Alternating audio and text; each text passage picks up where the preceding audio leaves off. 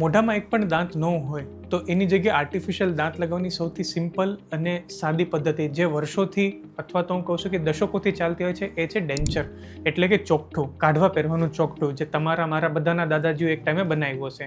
ત્યારે ઇમ્પ્લાન્ટનો ઓપ્શન નહોતો. આજના જમાનામાં આપણી પાસે ઇમ્પ્લાન્ટનો ઓપ્શન છે.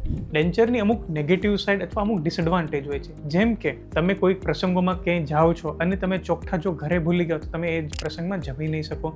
ઘણીવાર હસતા કરતા બોલતા ચોકઠું પડી જતું હોય છે, ત્યારે આપણે સામાજિક કોઈ ફંક્શનમાં હોઈએ તો આપણને થોડુંક એમ્બેરેસિંગ ફીલ થાય છે. ત્રીજી વાત, ચોકઠાની સાઇઝ ઘણી મોટી હોય છે, એટલે તમે સાંભળ્યું છે કે જે વ્યક્તિ ચોકઠું પહેરે એને ઘણીવાર ઉબકા આવતા હોય છે.